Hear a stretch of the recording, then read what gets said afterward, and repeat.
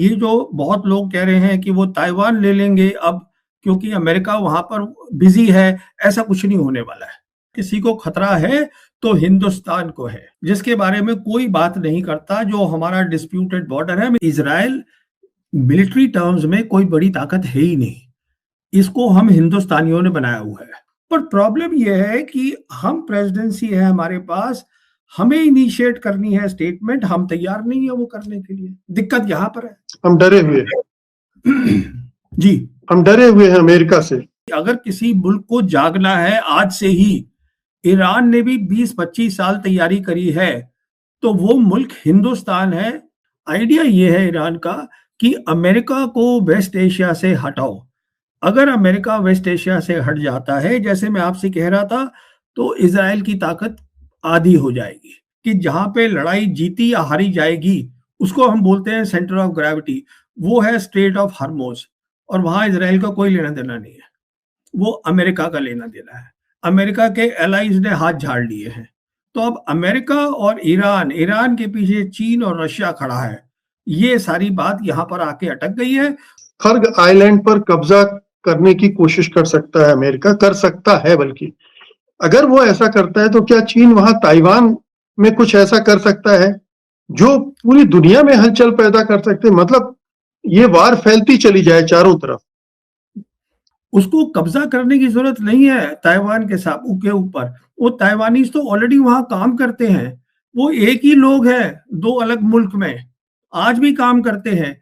मैं आपके दर्शकों को ये बताना चाहूंगा, अगर किसी को खतरा है तो हिंदुस्तान को है, जिसके बारे में कोई बात नहीं करता। जो हमारा डिस्प्यूटेड बॉर्डर है, मैं ये नहीं कह रहा हूं कि चीन लड़ाई करेगा, पर अगर कहीं खतरा है, अगर उसको कभी इस्तेमाल करने की जरूरत पड़ी, तो वो इंडिया पे ही होगा, ताइवान पे नहीं होगा।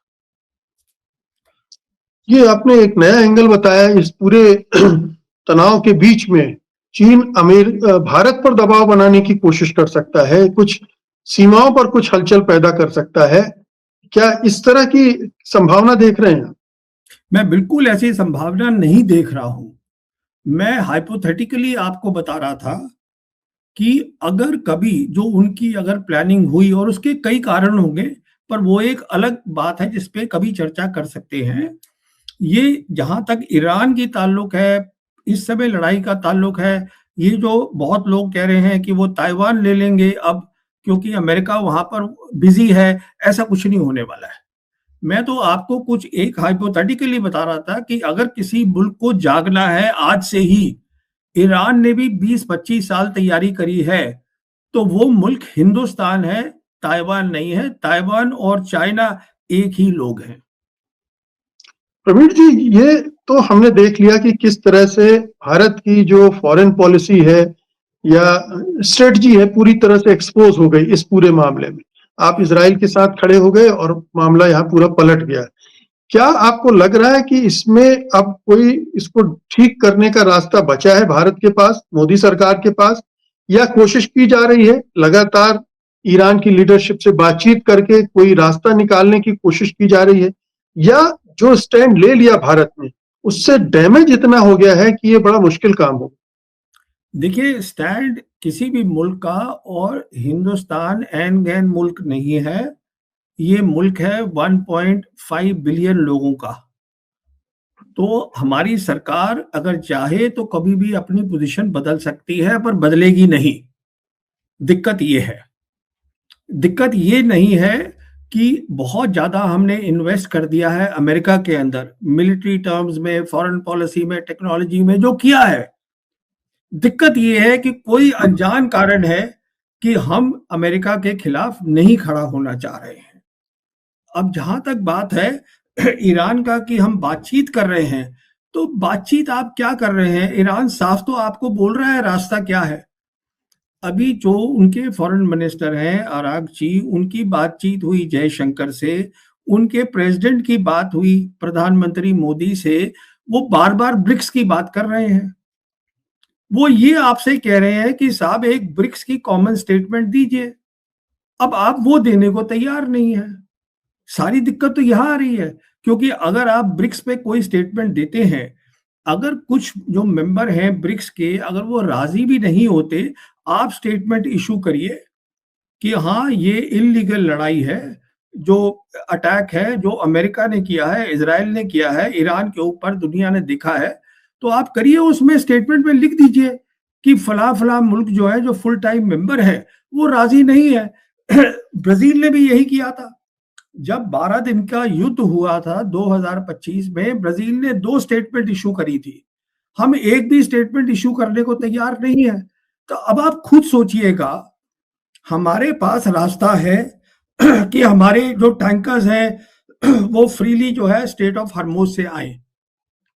हमारा हमारे पास वो रास्ता है, पर उसके लिए मेरी समझ में ईरान ये कह रहा है कि आप साहब ब्रिक्स के मेंबर हैं, ब्रिक्स की प्रेसिडेंसी इस साल की आपके पास है, आप एक स्टेटमेंट इश्यू कर दीजिए।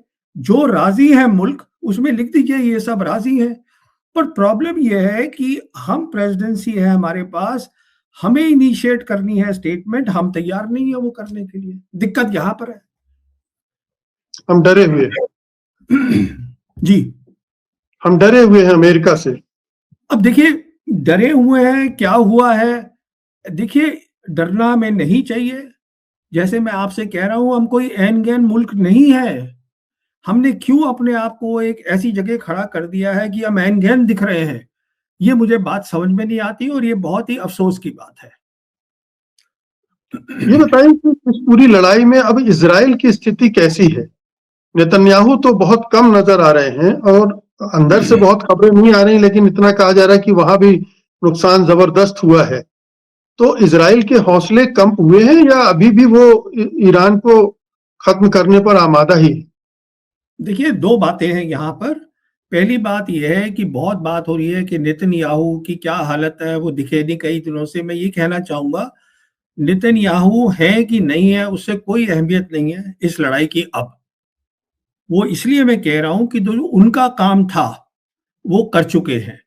उनका काम था अमेरिका को इस लड़ाई में लाना। अब ये लड़ाई अमेरिका और ईरान की है। इज़राइल का बहुत नुकसान हुआ है, जो वो बता नहीं रहे हैं। और अब वो जो है, वो साइड की लड़ाई लड़ रहे हैं हिज़्बुल्लाह के साथ लेबनान में। वो उसमें उनका मेन लड़ाई से उनका कोई स्ट्रेट ऑफ हॉर्मुज़ वगैरह से कोई लेना-देना नहीं है। आज लड़ाई की सेंटर ऑफ ग्रेविटी, जिसे हम कहते हैं ना कि जहाँ पे लड़ाई जीती या हारी जाएगी, उसको हम बोलते हैं सेंटर ऑफ ग्रेविटी, वो है स्ट्रेट ऑफ हॉर्मुज़। और वहाँ इज़राइल का कोई लेना-देना नहीं है। वो अमेरिका का लेना-देना है। अमेरिका के एलाइज़ ने हाथ झाड़ लिए हैं। तो अब अमेरिका और ईरान, ईरान के पीछे चीन और रशिया खड़ा है। ये सारी बात यहाँ पर आके अटक गई है। तो इज़राइल की बात करना कि नेतन्याहू दिख रहे हैं, तो वो कोई बात नहीं है, क्योंकि उनके मुल्क में बहुत सारे ज़ायनिस्ट हैं। ऐसा ये नहीं है कि अगर कल नेतन्याहू नहीं भी होते। क्या आपको लग रहा है कि चीन और रूस किसी तरह की मध्यस्थता कर रहे हैं, कर सकते हैं? और ओमान का भी नाम आ रहा है, पाकिस्तान का भी नाम आ रहा है। कुछ ऐसे प्रयास बैक चैनल चल रहे हैं जो अगले कुछ दिनों में फलीभूत हो सकते हैं? देखिए, सिर्फ 2 कंट्रीज़ हैं जो मीडिएशन आज कर सकते हैं, वो है चाइना और रशिया। और दोनों की जो है वो जारी है, जो कोशिश जारी है वो दिख रही है हमको, दोनों कर रहे हैं, क्योंकि दोनों नहीं चाहते कि लड़ाई और बढ़े, पर दोनों ये भी नहीं चाहेंगे कि ईरान झुक जाए, वो उनके हित में नहीं है। तो उनके जो ऑप्शंस हैं, क्या अमेरिका मानेगा, नहीं मानेगा, वो हमें देखना है। और बाकी जो आपने मुल्कों का जो नाम लिया है, पाकिस्तान हुआ, ओमान हुआ, देखिए ये मुल्क देख रहे हैं कि हमारी जो कमी पेशी है, उसको किस तरीके से हम पूरा करें। वो मेन रोल उनका नहीं है इस जंग के अंदर, वो सिर्फ बड़ी ताकतों का है और ईरान का है, और किसी का नहीं है। क्योंकि इंडिया ने तो इन एनी केस अपने आप को ओपनली एक साइड पे कर दिया है। तो इंडिया का तो वैसे ही नहीं है, तो जब सोच के चलिए, मान के चलिए, उनका असला भी कम होता जा रहा है। जो उनका असला है, इंटरसेप्टर्स है, मिसाइल्स है, ड्रोन्स है, और वो भरपूर्ति नहीं कर सकते उतनी तेजी से जो ईरान कर सकता है। ये भी बात ध्यान में रखिए। दूसरी बात ये है कि ईरान भी ये युद्ध जो है, ये नहीं चाहता कि उसको बहुत लंबा खींचना है। वो खींच सकता है, उसमें ताकत है, पर वो एक परमानेंट सॉल्यूशन चाहता है। और इसका परमानेंट सोल्यूशन यही हो सकता है कि कोई बड़ी पावर, चाइना या रशिया, बीच में पड़ के और जो गल्फ कोऑपरेशन काउंसिल कंट्रीज है उनको मना ले कि हाँ, आप जो है अपनी जमीन से जो बेसिस हैं उनको हटवा दीजिए। अगर एक पक्की बात हो जाएगी तो शायद ईरान भी मान जाएगा, क्योंकि ईरान की फिर जीत हो गई। आइडिया ये है ईरान का कि अमेरिका को वेस्ट एशिया से हटाओ। अगर अमेरिका वेस्ट एशिया से हट जाता है, जैसे मैं आपसे कह रहा था, तो इजराइल की ताकत आधी हो जाएगी। वो इसलिए आधी हो जाएगी, तब उसके पास सिर्फ सेंट्रल कमांड है।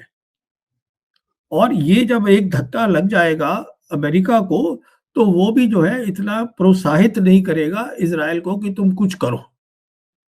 ना लेकिन इजराइल कुछ अमेरिका इस शर्त को स्वीकार करेगा, ये अभी कहीं सोचने में भी नहीं आता है। देखिए, ये अमेरिका के ऊपर नहीं है, मैं बता रहा हूं ना आपको, ये अमेरिका पे है ही नहीं।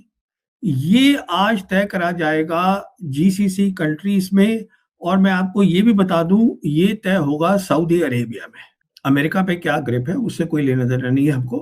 कहने का मतलब ये है, इजराइल मिलिट्री टर्म्स में कोई बड़ी ताकत है ही नहीं, इसको हम हिंदुस्तानियों ने बनाया हुआ है। पर ये कहना कि आज भी हम जंग जीत लेंगे पाकिस्तान के साथ, वो एक अलग मसला है। ये कह दिया कि साहब वो जीती थी तो ये भी जीत लेंगे, ऐसी कोई बात नहीं है। आज की जो सिचुएशन है वो इतनी बदल चुकी है। इजराइल जो है वो अमेरिका के दम के बिना लड़ाई नहीं लड़ सकता है ईरान के साथ, ये तय है। वो हम देख रहे हैं। देखिए, जहां तक ईरान का ताल्लुक है, उन्होंने कह दिया है कि हम इसको $200 पर बैरल तक ले जाएंगे, हमें कोई दिक्कत नहीं है। और जहां तक ब्रिक्स के मेंबर्स का ताल्लुक है, जैसे चाइना, रशिया, अच्छा पाकिस्तान को भी छूट दी हुई है, बांग्लादेश को भी छूट दी हुई है, तो वो ब्रिक्स के जो मेंबर्स हैं उनके साथ उन्हें कोई दिक्कत नहीं है। इंडिया के साथ उनकी दिक्कत एक अलग दिक्कत है।